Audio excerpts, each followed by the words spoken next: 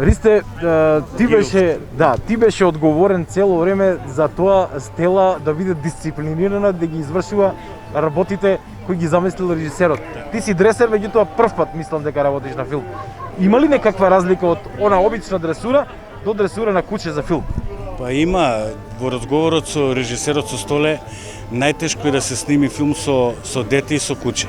Ова не ми е прв филм, меѓутоа оваков долгометражен ми е прв и беше задоволство да се работи со Стела, едно ново искуство и супер се вклопи во сето тоа.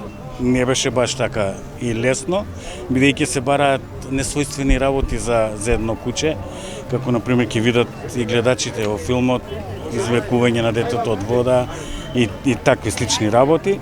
Меѓутоа, пак ќе кажам, беше супер, поминавме супер, со прекрасна екипа и тераме така. Дали изборот на Стела, односно на оваа куче, беше твој или како е најдобро? Не, Стела е кај мене уште од мала. Значи, она е избрана и кај мене беше и со текот на времето, од прилика за 4-5 месеци, ја учевме, ја дресиравме за потребите на филмот. Благодарам ви, посакувам успешна премиера, а потоа нека Стела глуми и во многу филмови. Благодарам и вас, се надевам.